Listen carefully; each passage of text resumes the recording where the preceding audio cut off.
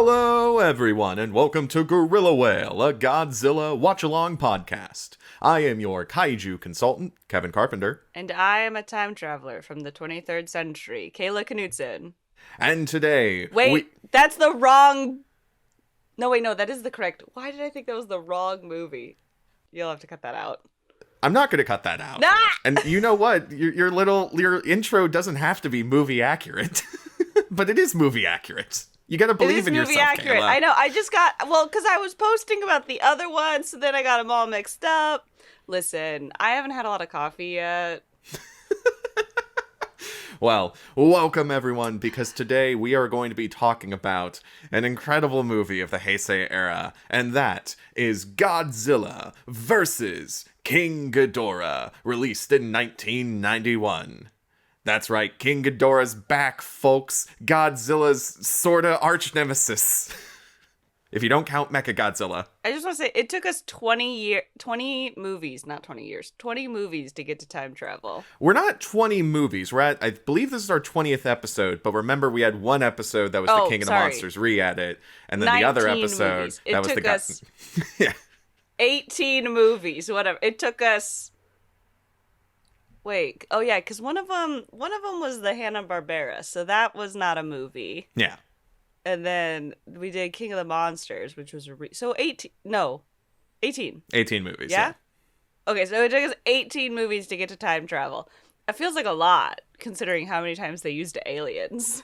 Well, I think that's the thing. It's like, how many movies did it take for us to get to aliens? It was 5? Not that many. Yes, because the original Ghidorah, that was aliens. And then in Godzilla vs. There's no aliens in this one. This one's all time travel, no aliens. They think it's aliens at the beginning. It's all like, oh shit, a UFO has flown over Tokyo. What could this possibly mean? And the answer is... Because it's King Ghidorah. We're expecting aliens. And they subvert the expectation with time travel. And honestly, I'm a little sad that the aliens did not make it into the Venusians... The Venus people? The Venus people. Yeah, the Venus people didn't make it into the Heisei era. Pour one out for Venus. Right. There has been a few changes to the mythology with this movie. Some good, some bad. Yeah, I noticed. Yeah. King Ghidorah is 3 mutated alien... Well, they're not alien. 3 mutated GMO bat cats. Yeah. Yeah. That one didn't go over so well with the fandom at large. Yeah, it didn't go over well with me either. This is what grown men felt like watching Jar Jar Binks. It's not what I felt like watching Jar Jar Binks because I was 10 and of the correct demographic. But this is what a grown man felt like. Imagine if you had like 3 flat-faced pugs and then you left them back in time and then they turned into a giant Cerberus. And that's King Ghidorah now. I think it's really irresponsible of them to have left those animals behind, by the way. Like, the number one rule of time travel movies is... I mean, I know their whole goal was to go back and, like, alter the time stream. Mm-hmm. However, leaving behind 3... mutated bat cat pug things, that seems like a really big oversight. Well, like, because I thought when King Ghidorah showed up, I was like, oh my god, of course, without Godzilla to protect Earth, King Ghidorah is like, that's free real estate. The whole, butterfly effect is that Godzilla's presence on Earth protects Earth from alien kaiju. Not what they did. Yeah, and it seems like I think they left the dragon pugs back in time on purpose. Like, I think creating King Ghidorah was part of their plan, but also we will get to this after the summary, but the top-down view of their plan makes no sense. Well, yeah. And What's-Her-Face wasn't in on it. What's-Her-Face was not in on the full plan. No, What's-Her-Face left the dragon pugs back in time, but apparently she didn't know step 2. Yeah. So what? They were like, oh, by the way, leave these behind. And she's just like, okay. Yeah. This one was not. This one was very silly. Biollante was very silly, but Biollante was a movie that it followed an internal logic and it made sense for the most part. You know what I mean? Mm-hmm. This one, and it's time travel's tricky. Time travel is tricky, and I think that they got tripped up in the time stream. They drowned in the time stream a little. I love that. Time travel is tricky, but there's also just some obvious plot holes in this movie. And I know I'm doing a Godzilla watch-along podcast. We've poked at plot holes, but for the most part, we understand we're watching the radioactive dinosaur franchise. But there are some plot holes in this movie that took me out of the experience. And I'm let's take us seriously for a second here. Okay. Or let's take the Godzilla franchise seriously. A movie can be balls to the walls, silly, full of all sorts of made up shit. It can be about radioactive dinosaurs and still be incredibly tightly plotted. Mm-hmm. Like, a movie being fantastical does not mean that it gets to get away with plot holes. Yeah. We can still criticize the movie for having plot holes. The whole point is that we're here to take these movies seriously. While not being killjoys about it. Yeah, I'm just emphasizing that there's a difference between a plot hole of like, oh, lasers fired from a spaceship in space when it makes sound. I don't care about those plot holes. But when the plot hole is, because these two characters are irredeemably stupid, this one event happens that carries the plot of the entire film. That's when I'm like, why am I here?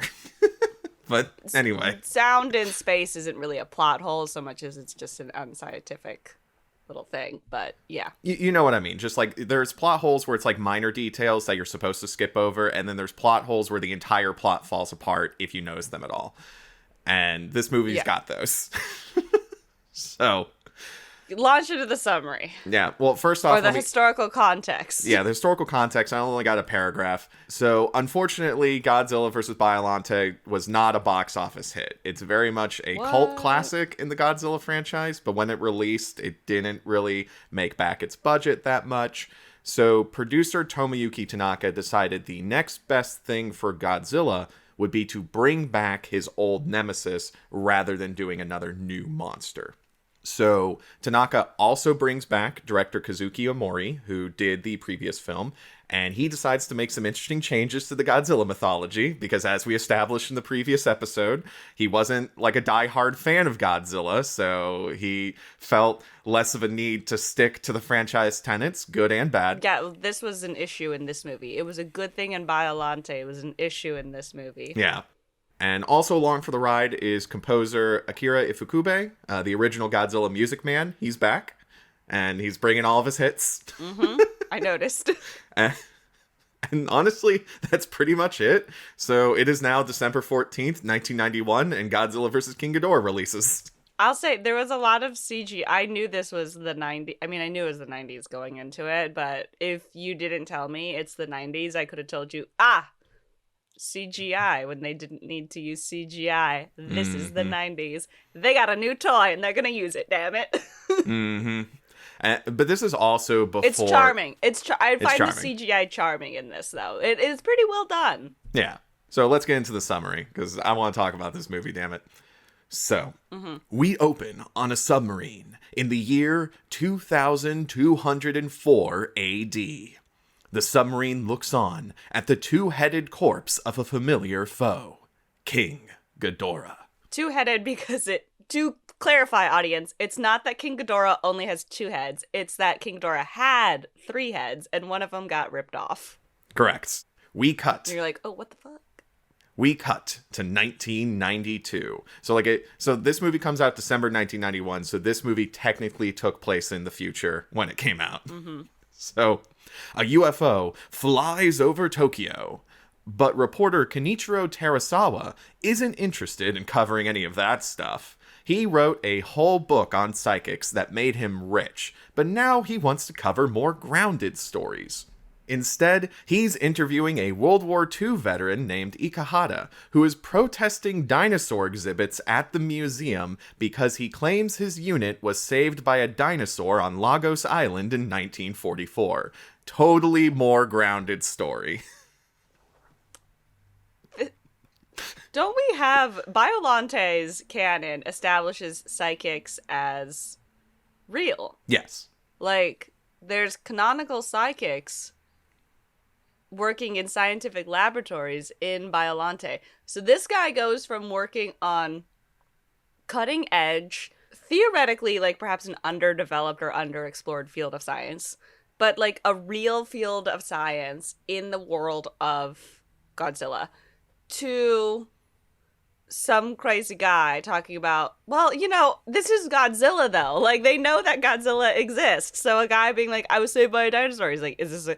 But the thing is, he's never at any point in time, he's like, I think this guy, like, saw Godzilla before Godzilla. Yeah, that is another thing, is like society at large treats this guy as like crazy for protesting a museum exhibit on dinosaurs, when it's like, there's been 2 Godzilla attacks. We have understood now that dinosaurs in the modern world are not that crazy of a thing anymore. We have at least one.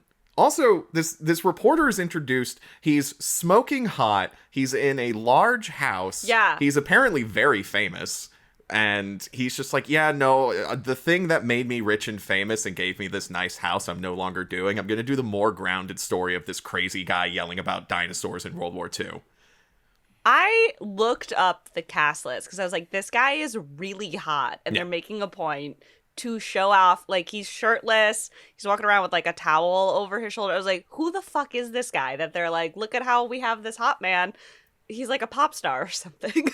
Immaculate hair, too. It's phenomenal. Astonishing. It was, like, he was the best part of the movie in many ways. I do enjoy when the Godzilla movies give me eye candy. So Terasawa continues digging and finds out that Toho Group CEO Yasuaki Shindo was also on Lagos as a commander, and he confirms that there was indeed a dinosaur. Reporter Terasawa begins to think that the dinosaur was exposed to radiation from H-bomb testing in 1954, and perhaps it mutated into Godzilla. Meanwhile, the government's trying to figure out this whole UFO thing and whether or not it's related to Godzilla. Because, weird shit's happening, so you gotta check that out first, just in case. That's fair. The plant monster turned out to be related to Godzilla, so they're covering all their bases. I would double check. I'd be like, what if the aliens want Godzilla? Yeah. Psychic girl Miki from the previous movie makes a return and reveals she's part of the government's official Godzilla team. Godzilla has been dormant ever since his fight with Biollante, but recently he's begun to stir. I love this, by the way. I love that Miki is going to be appearing in a lot of these Godzilla movies now, and so she's going to be... sense. It's going to be a through line in the canon.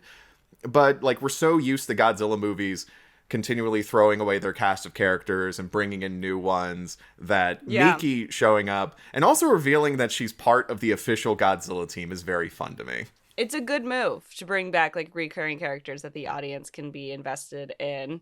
And it makes a lot of sense for this psychic girl who had a lot of involvement with Godzilla last time to be in the Godzilla unit now. I love that she's back. I love that she's a Godzilla expert, especially because pretty much her claim to fame was getting into Godzilla's head as a psychic and having, like, one experience with the giant monster, and then she didn't die, which objectively makes her a Godzilla expert because most people don't get that far. Yeah, she is the world's leading Godzilla expert.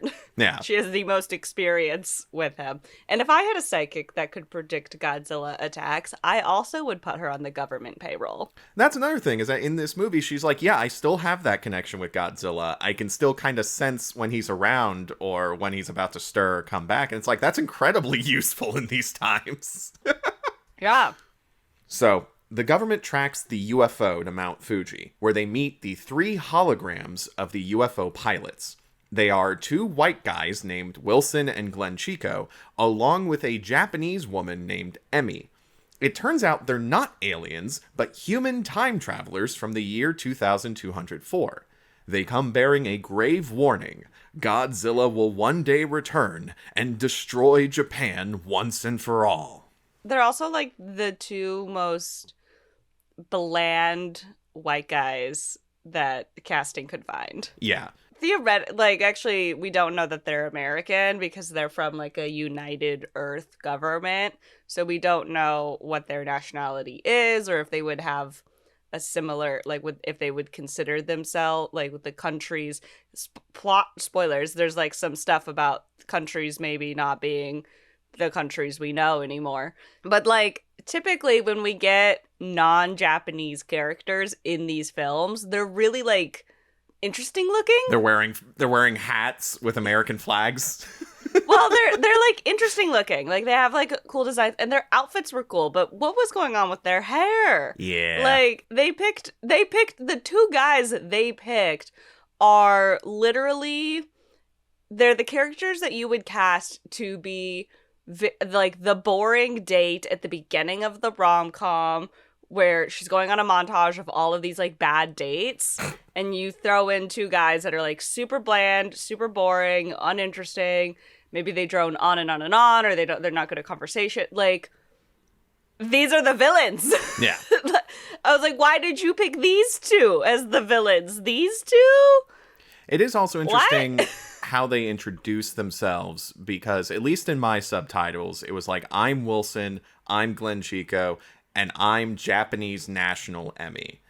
And it's like, you're stressing that. All right. Yeah, they immediately, she's like, yeah, I'm Emmy, I'm from Japan. I'm Japanese. The other two, they did not specify where they're from. And I was like, this is weird. Yeah, and we'll get into why that is later. So, the time travelers believe that if they go back to 1944, they can kill Godzilla before he becomes Godzilla.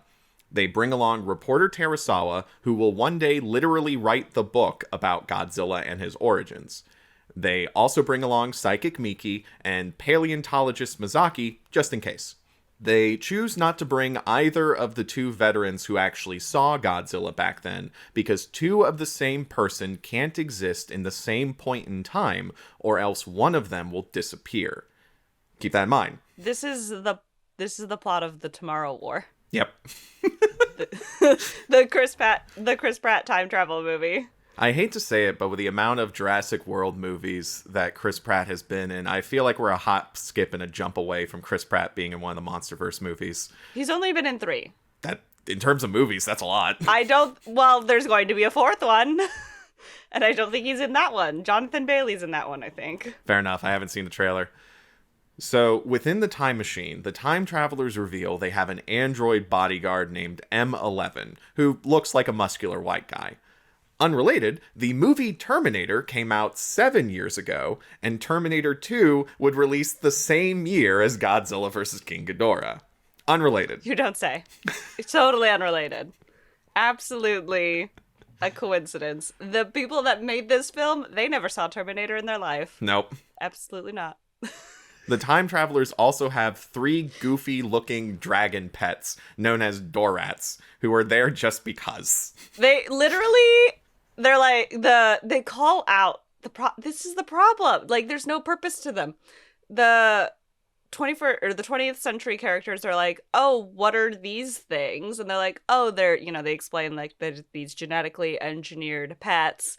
And then Emmy's so funny. She's like, if we get lost in the time stream, they will provide us comfort, as we slowly die, living until we die and in the time stream. And they're like, what? Oh my god. She's like, that was a joke. Which cracked me up, but I was also like funny because it's like, well, that's a legitimate purpose to have an emotional support animal as you starve to death in the time stream. But no, it's like, no, it's actually just because, like, that's not gonna happen. We're not concerned about that. We just are bringing them along for no reason. Yeah. And I mean, they have a reason, but they don't have a good lie. They don't have a good lie. And so their lie is they're literally pets. We're just having them because they're nice on this very important time travel mission. This is the Scooby Gang has a greater purpose to bring Scooby along to solve mysteries. He's helpful. So the group time travels to Lagos Island in 1944, where they see American forces fighting the entrenched Japanese forces.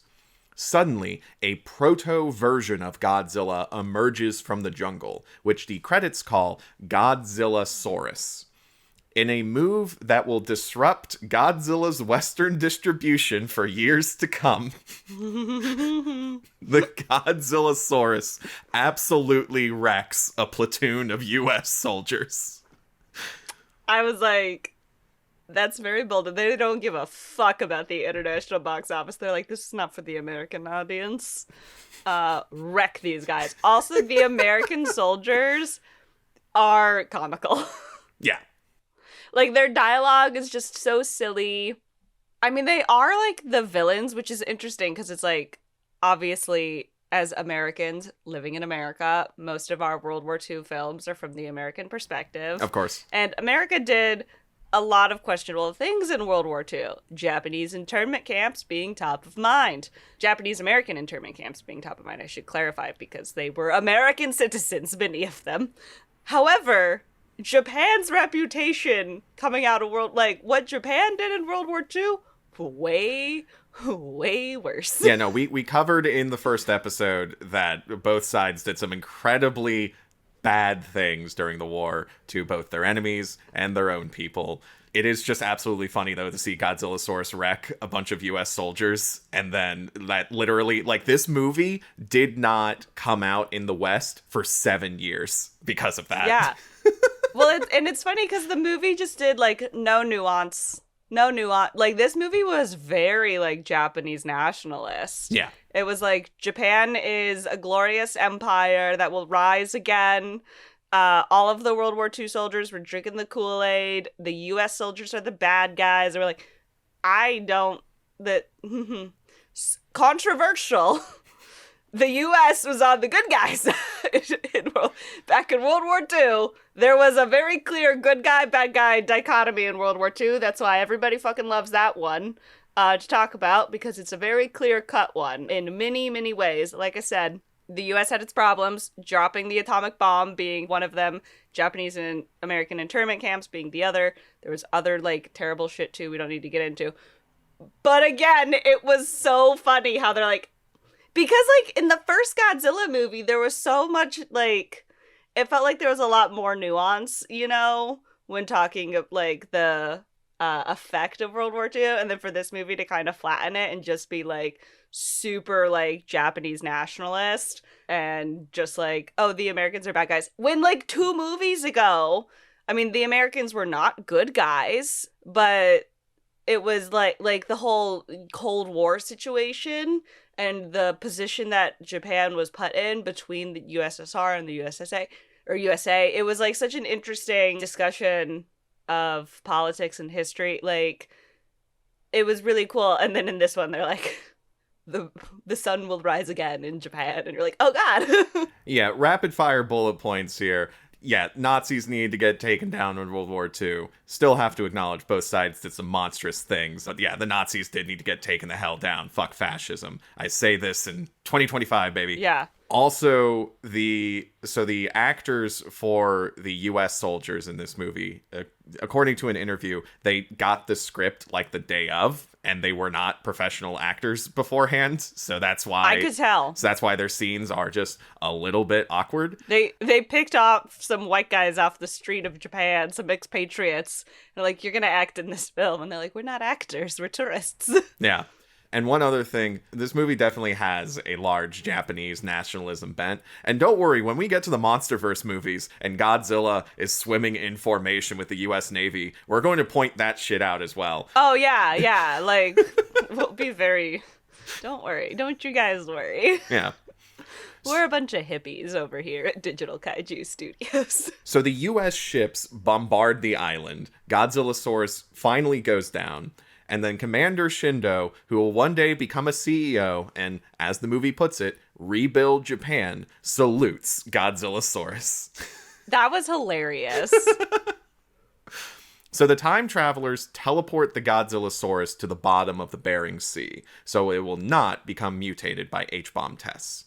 And then secretly, Emmy also leaves the 3 Dorat pets on the island. So then, when they warp back to the present, the time travelers reveal terrible news. Godzilla is gone, but now a new creature has emerged. The 3-headed dragon, King Ghidorah.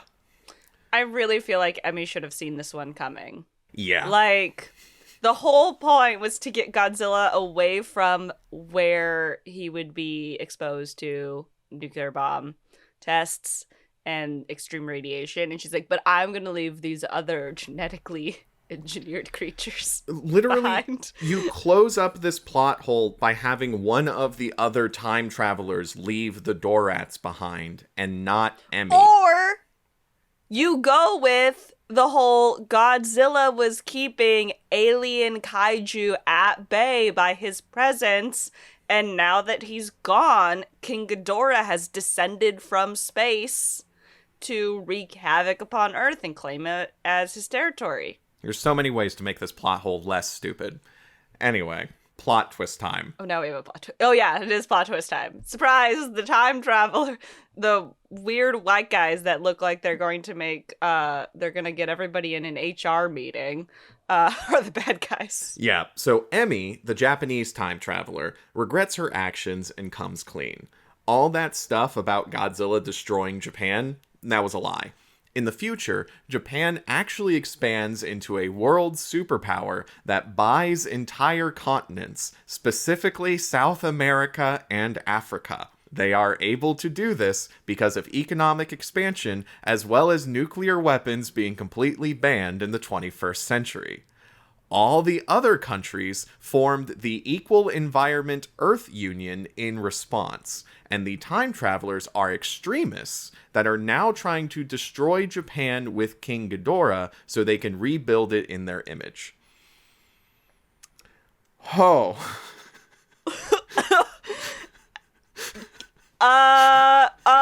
Like literally I was like, whoa, this is a lot to unpack. So Japan expands into an empire that rivals all other world superpowers, economically dominates most of the world, and the bad guys are trying to stop that from happening. Yeah. And it's almost entirely because nuclear weapons were banned. Nuclear weapons are holding Japan back from becoming a mighty empire, so says Godzilla versus King Ghidorah. Yeah, if the US and, well, this is the 90s, so I think more than just the US and the USSR have. Oh my god, it's 1991. The Berlin Wall's gonna fall. Yeah, this coming out at the collapse of the Soviet Union is interesting, actually. Well, it's interesting because this does tap into Western fears surrounding economic power in Asia. Mm-hmm. Because that's a huge thing. We see that happening right now in our own political environment with, a lot of fear-mongering about China, because China is becoming a very strong economic and thus also like military power, and the US doesn't like anybody else on the playground having anything. And it's complicated, but it does tap into Western fears around Asia becoming a globally dominant superpower and thus like subjecting the rest of the world to their rule, which Japan is historically an imperial power. Yeah. It's so funny. One, if we ever get a comment that's like, take your politics out of Godzilla, buddy, there were politics in the first Godzilla, but there's a bunch of politics in this one. Yeah, it's very, and it's interesting too, because like it's the 90s, so Japan has gone through quite a bit of economic development. Oh yeah, very recently, and is becoming a very strong player on the economy level, at least. It's the thing, and part of the reason I've had like friends go to Japan and they're like, wow, Japan is like really cool, all of this, like it's very clean, all of this public transportation, all of this infrastructure, blah, blah, blah. How come we don't have that in America? I'm like, well, because we use all of our taxpayer dollars for the military. And Japan was not allowed to have a military after World War II. So they had to invest in, they invested in rebuilding the country first off, because it had been devastated. And since they didn't have it, they didn't put any money into a military for quite some time, they put it into infrastructure. And America just doesn't invest in infrastructure the same way because we have a staggering military bill. It is also interesting to see the through line of Japanese anxiety toward rapid industrial and economic expansion in like All Monsters Attack and Godzilla versus Ghidorah, and now here in Godzilla versus King Ghidorah, where there is like over the decade this feeling of we are expanding, our technology is becoming greater, the future is just around the corner, and that's something to be very anxious about.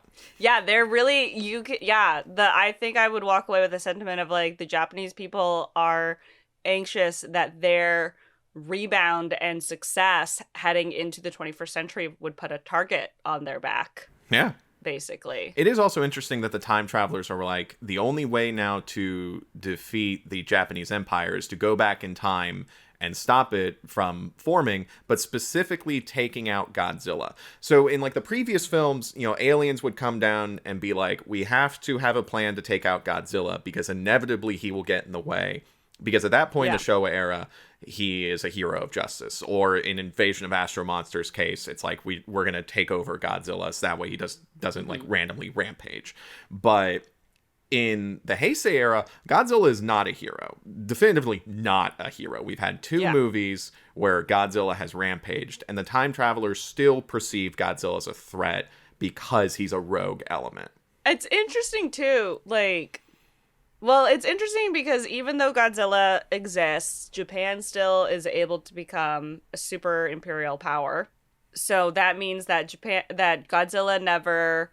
I mean, they lie, and they're like, Godzilla completely demolishes and destroys Japan by attacking nuclear plants, and it causes a lot of nuclear fallout, which then makes Japan uninhabitable. Which, when they said that, I was like, oh my god. Well, at first I thought perhaps... And allegedly we'll get to this in Shin Godzilla. But at first I thought perhaps it was going to be that continued Godzilla attacks just created a Chernobyl effect, basically, because of Godzilla's own radiation and his atomic breath blasts. Not what happened. It's that he attacks the nuclear power plants and causes a reaction there, instead of eating all of the nuclear power, I guess. Whatever, that's fine. Moving along. It's a lie. It's not something that happened. They made it up. It is interesting, though, because it does imply that Godzilla doesn't hamper Japan in Japan's rise to power. However, they do still want to take out Godzilla before they destroy Japan. I don't understand why they didn't just teleport Godzilla right into Tokyo right now and like let Godzilla rampage and maybe destroy the nuclear power plants and make Japan uninhabitable with nuclear fallout, which almost happened in the Fukushima disaster. That was a huge concern. When I finish the summary, I do want to take a top-down look at the time traveler's plan, because like I said, once you see all the angles, it makes no sense. It makes absolutely no sense. So, they went back in time, they teleported Godzillasaurus away in order for him to never become Godzilla. They left the Dorats in the past, so that way the Dorats would fuse together from the H-bomb test to become King Ghidorah, and then apparently King Ghidorah just waited 30 years instead of attacking in 1954. Another plot hole. Anyway. Also, they fused into one being. Yeah. I mean, it's nuclear radiation. Weird stuff happens. So the CEO, Shindo, the guy who was a Japanese veteran who saluted Godzillasaurus back in Lagos Island, and now he's one of the men who rebuilt Japan. So he and the government believe they now need to send a nuclear submarine toward the Godzillasaurus in order to recreate Godzilla to fight King Ghidorah. With me so far, they teleported Godzillasaurus to the bottom of the ocean, and fucking 40 years later, no, more than 40 years later, they think the dinosaur is still there and also somehow still alive and not drowned. And they're going to recreate preserved. Yeah, they're going to recreate Godzilla to fight King Ghidorah. That's their best plan. Well, it turns out the time travel did nothing. Godzilla has been here the whole time, and he eats the nuclear submarine for lunch. Turns out, at some point, a Soviet nuclear submarine had disappeared in the Bering Sea, so that was probably what actually mutated Godzilla, and not the H-bomb tests. So America's not to blame for Godzilla. Oh my god! Weird. You're right, in this timeline, it's the Soviets! Yeah, America dropping 2 atomic bombs on civilian populations is no longer what created Godzilla. Oh my god, communism made Godzilla. Communism made Godzilla, not the unfettered might of American military power being unleashed. Can you believe this was unpopular in American markets? I know, like, this is Japan made America the bad, like, villains for their World War II situation, but then they're like, the USSR is crumbling, so you know what, we're gonna blame Godzilla on them now, and maybe it'll even out, and America will still show this in theaters, and it took 7 years for that to happen. So, what the hell? It's also so funny to me, so they go back in time, they teleport Godzillasaurus, and then they come back to the present, and they're like, okay, because of this, Godzilla should have never existed. But everyone still knows who Godzilla is and has memories of Godzilla, so already this makes no sense. Anyway. What did Ishiro Honda think of this film? You know what? I'm gonna give you the fun fact, actually. I had this. Ishiro Honda stated in an interview in 1992 that he felt Kazuki Amori went too far in depicting the American soldiers being killed. Interesting. That's what he had to say about this movie. Interesting. Had that fun fact lined up. Thank you. So let's see here. All right, so they send the nuclear submarine. They try to recreate Godzilla. Godzilla is still there. The time travel did nothing. Godzilla eats the nuclear submarine, and now he's supercharged. The time travelers realize Emmy has betrayed them, and they send their android M11 to bring her back. After an incredibly goofy-looking car chase, Emmy is brought back to the UFO.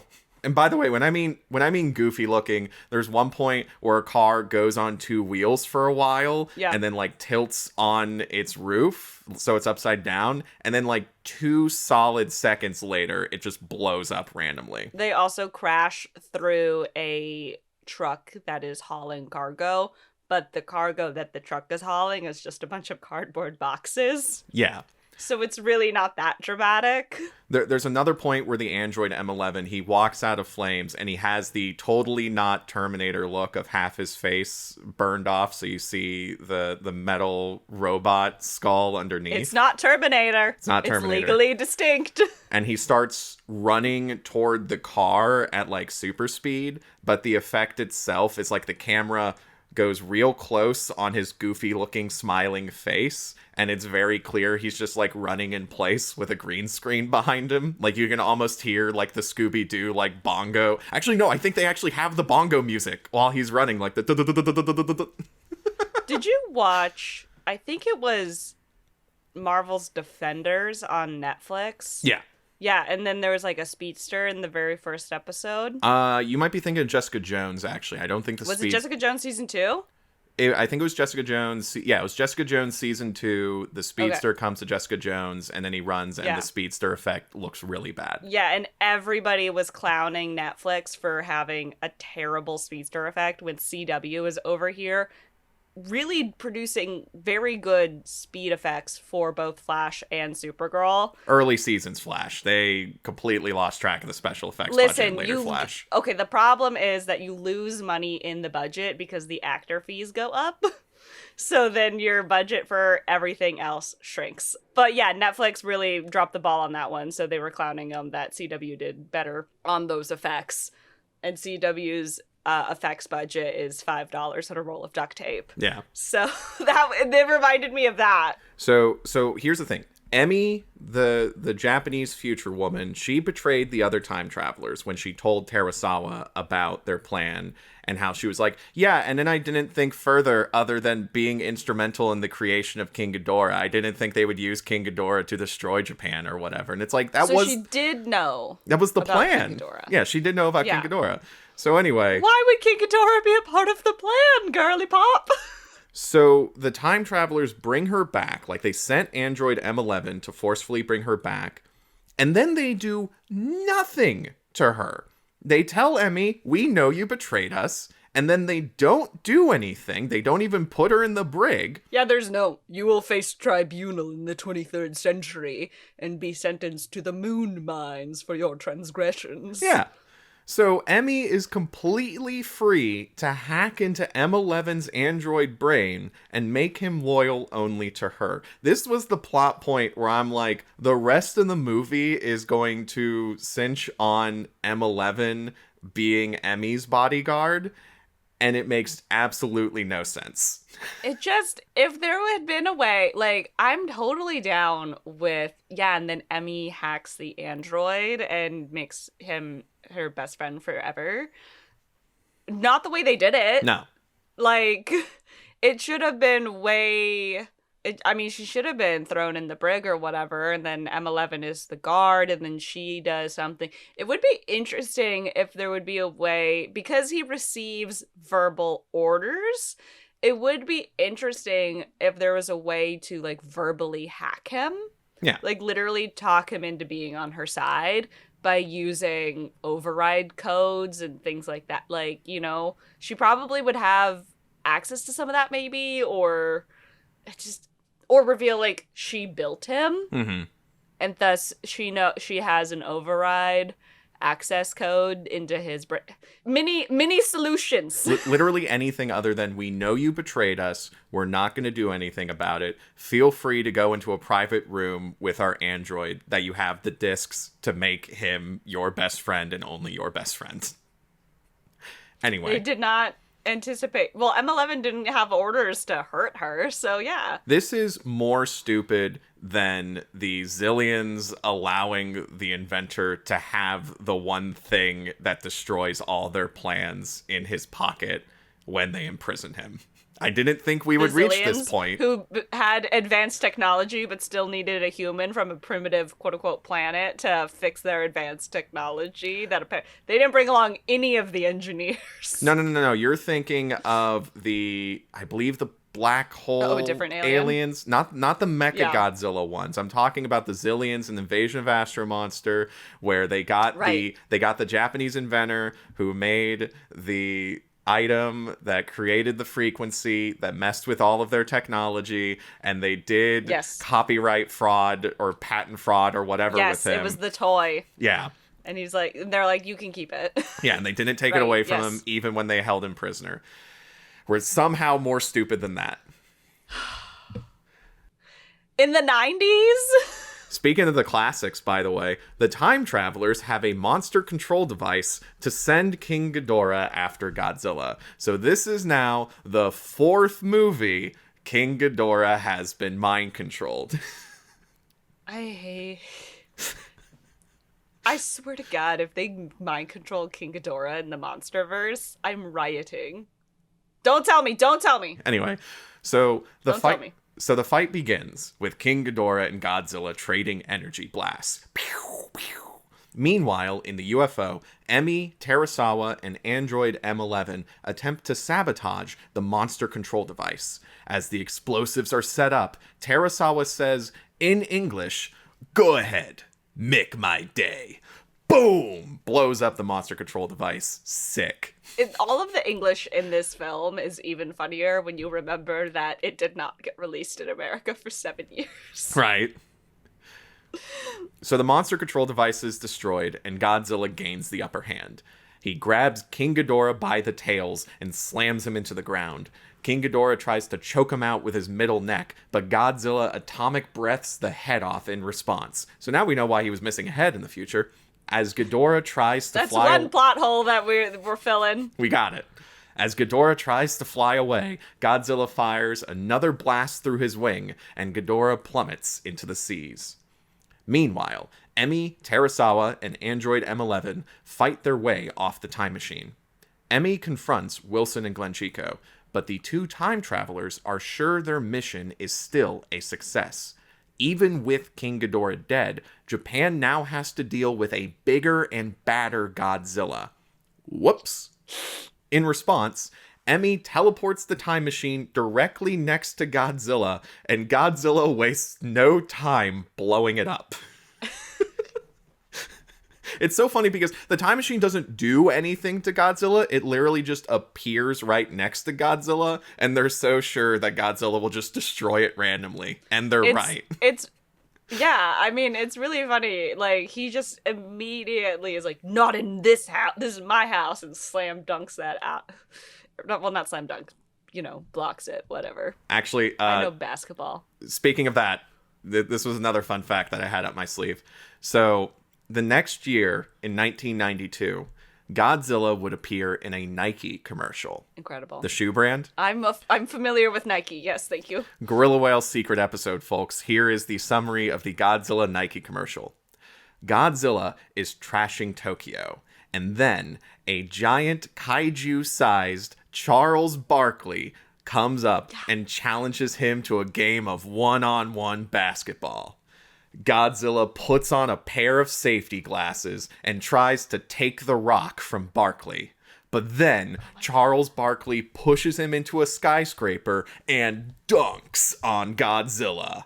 Nike. Oh my god. Not Charles Barkley. Didn't he play for the Phoenix Suns? Yeah, 1992. He got traded, or he went to the Suns. Yeah.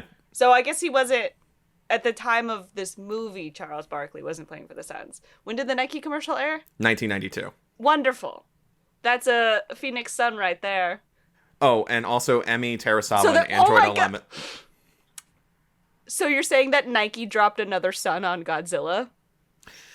So Godzilla All of time and space aligned for that pun. God. So yes, in terms of Godzilla history, the kaiju that have defeated Godzilla: Mothra, King Kong, Charles Barkley. Incredible. Oh, also, back to the movie summary, Emi Terasawa and Android M11 got off the time machine before Godzilla destroyed it. That's very important. They're still alive. I realized the way I phrased it made it seem like they blew themselves out. Godzilla just killed half the cast. Yeah. So, King Ghidorah's gone. The evil time travelers, the ones who aren't Japanese, they're gone. Godzilla's still here, though, and he's rampaging through Tokyo once more, and no amount of laser cannons can stop him. At the top of his skyscraper, CEO Shindo watches as the creature that once saved his life is now destroying his city. Godzilla stomps over to the building, and the human and the kaiju make eye contact. There is a moment where perhaps there is some recognition. Then Godzilla fully annihilates him with his atomic breath. They literally nod at each other in respect, and then Godzilla takes him out. Yeah, right? This fucking movie, man. You know he had to do it to him. You know you had to do it to him. Emi the Time Traveler comes up with a crazy plan. She returns to the future, where we see the scene at the beginning of the movie. Emi has contracted a submarine to find the corpse of King Ghidorah. Then, she returns to the present, piloting a cyborg mecha King Ghidorah by our toys. The cyborg mecha King Ghidorah is really cool, I have to say. Cool. It's so cool. It almost makes up for what a mess this entire movie is just to get cyborg mecha King Ghidorah. The head that was ripped off, that's a robot head now. So there's two Ghidorah heads and one robot Ghidorah head, and it's being piloted, and it's going up against Godzilla, and yeah! She's embedded in his chest, I think? Yeah. Yeah. So Godzilla and Mecha King Ghidorah face off in the middle of Tokyo. Godzilla is still kicking ass with his atomic breath, even against Mecha King Ghidorah's lightning breath and missiles. But Emi has a secret weapon. Emi unleashes multiple cables and a giant grabby claw, the kind you have to like reach cereal on your top shelf, comes right out of Mecha King Ghidorah's chest, and it grapples Godzilla. She then flies Godzilla over the ocean, and the two crash into the water. Then, a smaller ship flies out of the ocean. Emi's alive! As humanity cheers, Emi secretly reveals that Terasawa is actually her great-great-grandfather before she returns to the future. One final image. At the bottom of the sea, Godzilla lays tangled in Mecha King Ghidorah's corpse. Then he wakes up and roars. Credits. There'll be another movie. Don't worry, we're bringing Godzilla back, folks. We're not done with him yet. We'll never be done with him.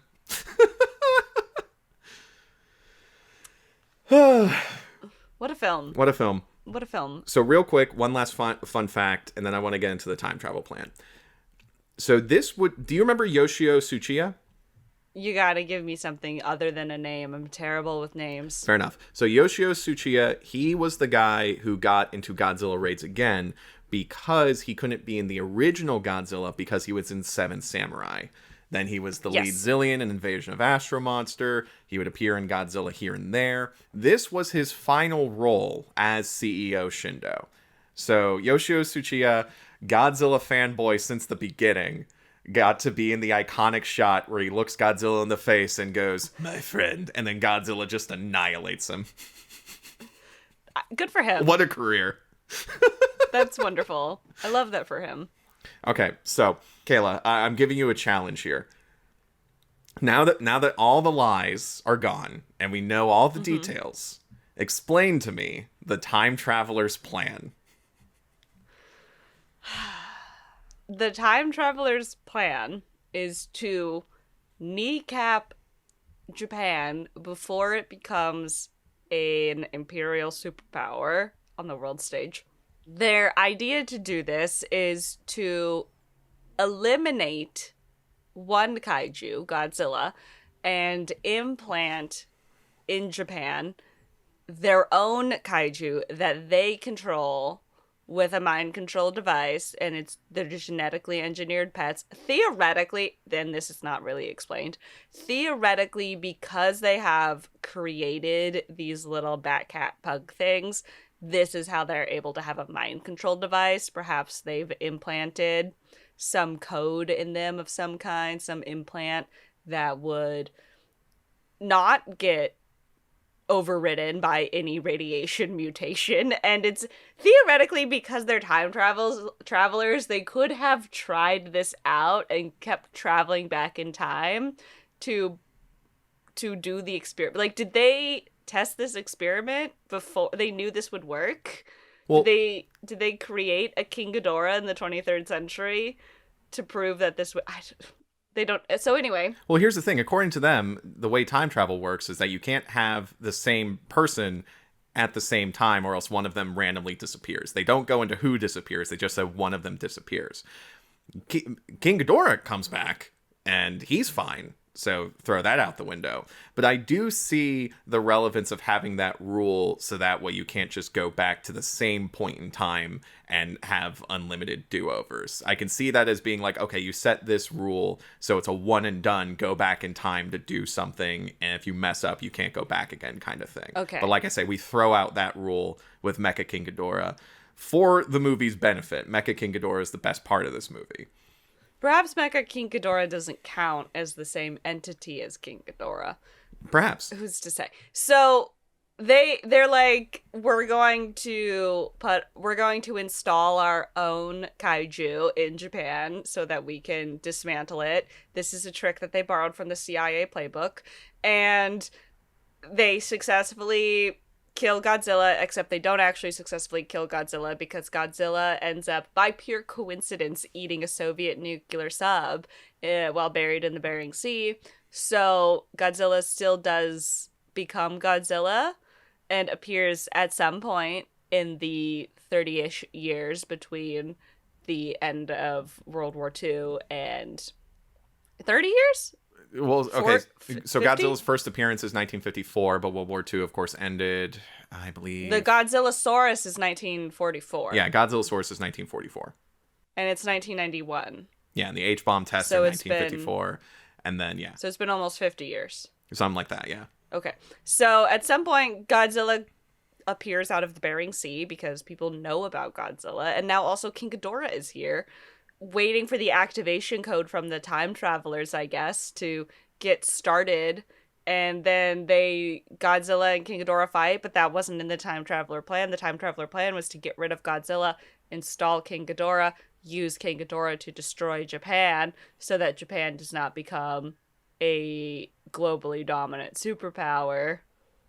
except that, like, this hinges on sending back a Japanese national to leave the pets on the island that's going to get exposed to nuclear radiation. And she's all, yeah, sure, I'll do that. Why do you need these guys left behind? No reason? Why do you need to stop in 1992 to pick up these humans in order to go back to 1944 and grab Godzillasaurus? Yeah. Why does King Ghidorah, after being mutated in 1954, wait more than 30 years to attack Japan? He hasn't even written the book yet. They have to go pick up the author of the book that he hasn't even started writing that book yet. So theoretically he's not a Godzilla expert yet anyway. He wrote a book in the future. But yeah, why are they in 1992? There is also this thing of like, they know who King Ghidorah is. And there's probably a historical record of Godzilla fighting King Ghidorah. And when your plan is, we're going to go back and change time, but we are also going to do something to create this entity that we know exists in the past, then you have to connect that you're making a stable time loop. But they don't. Emmy is also part of the plan to create King Ghidorah, but she doesn't connect that they'll want to use King Ghidorah. Like, that's the line for her. What does she think that they're going to use King Ghidorah for? I don't know, mascot. Maybe as a companion, an emotional support pet. Japan's emotional support companion, King Ghidorah. Yeah. I mean, maybe they told her, well, this is just insurance, just in case Japan tries to take over the world. King Ghidorah will prevent that. And she's like, okay, I'm fine with that. Except, obviously, her entire motivation is very pro-Japan. Like, she says some very go Empire things towards the end there, you know? And isn't it kind of weird that the time traveler's set on destroying Japan brought the time traveler that identifies as a Japanese national? I mean, literally the second sentence out of her mouth is, I'm from Japan. Like, they speak Japanese. It's not like they needed a translator. Yeah. I don't think they needed a cultural consultant. They had the book. Okay, so the whole thesis of this film is that Japan will rise again and the world will oppose the Japanese ascent to power and global dominance. Economic dominance. They have bought continents. Yeah. However, all swords that rise against it shall fall because of coincidences that allow our pet kaiju to endure. But it's not America's fault anymore that Godzilla is. Nope, it was those filthy communists. It's the Soviet Union, which is about to fall. They had a Soviet submarine, and then they lost it, and then that coincidentally created Godzilla. I'm sorry, it's so dumb. How successful was this movie?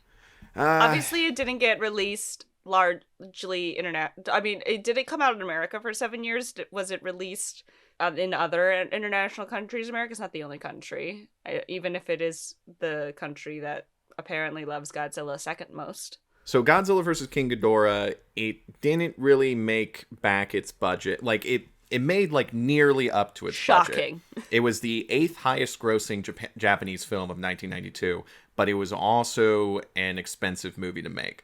So what was the most grossing film of 1992 in Japan?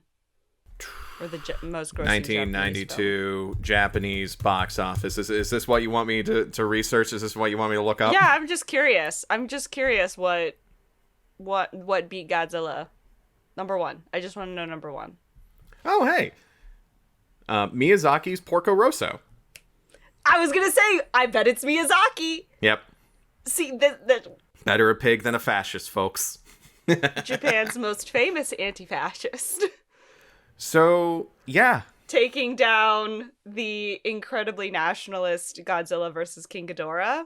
Miyazaki is so influenced by World War II, and obviously Of Godzilla course. is a product of World War II. So that's why I wanted to know, because I'm like, it's the 90s. Miyazaki's pumping out jams now.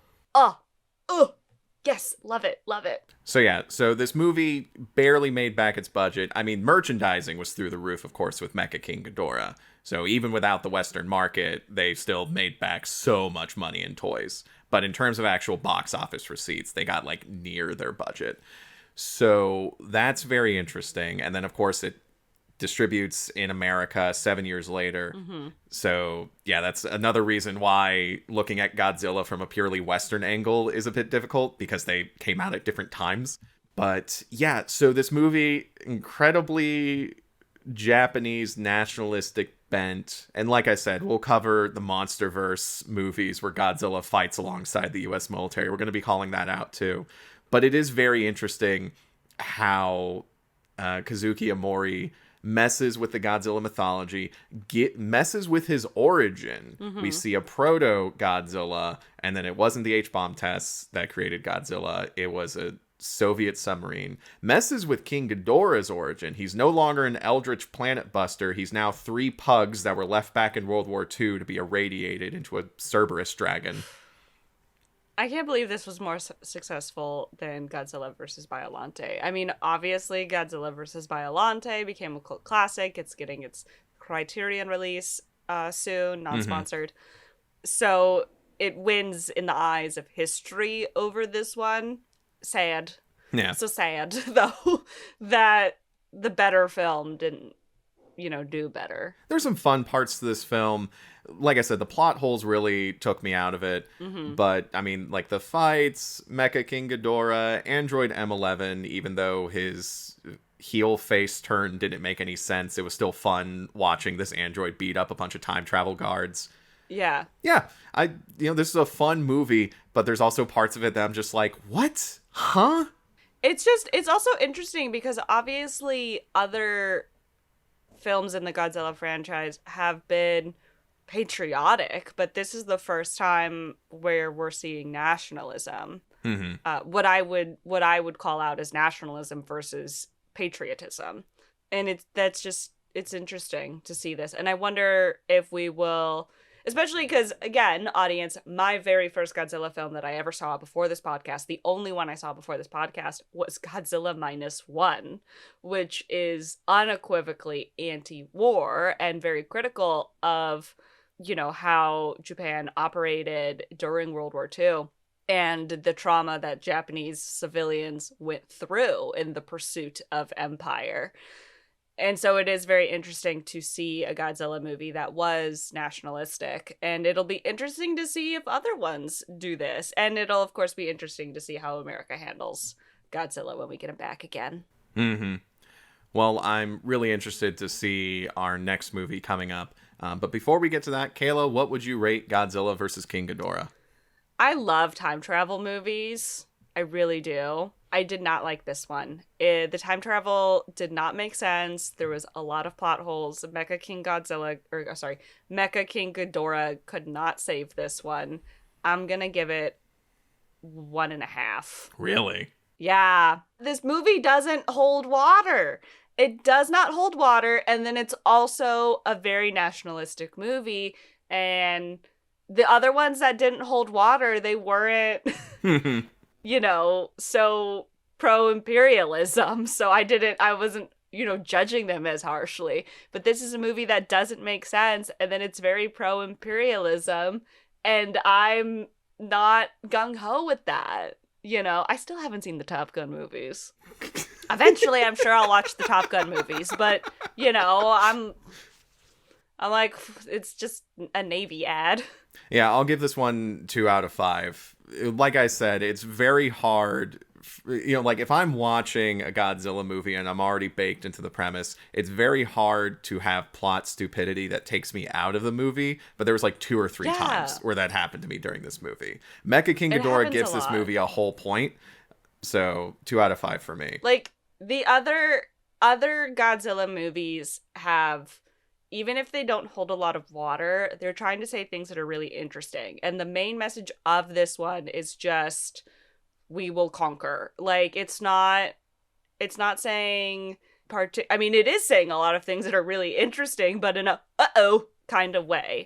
Not in the spirit of the original Godzilla movie, where it was dissecting difficult and controversial, potentially socio-political, economic stuff from that, like, critical standpoint, you know? Well, I mean, I think the thesis of this film is that iconic scene of the CEO, who the movie is very open about, this commander of Japanese forces, later went on to become a successful entrepreneur and CEO of a company that literally rebuilt Japan after the war, staring at Godzilla, this figure of the monstrous actions of the past, and both of them having a sort of like understanding before Godzilla destroys him. Yeah. And it's very much this acknowledgement of the horrors of the past that were necessary by the people who rebuilt Japan, and the acknowledgement that Japan's future is economic expansion and domination, and, you know, like domination over the world,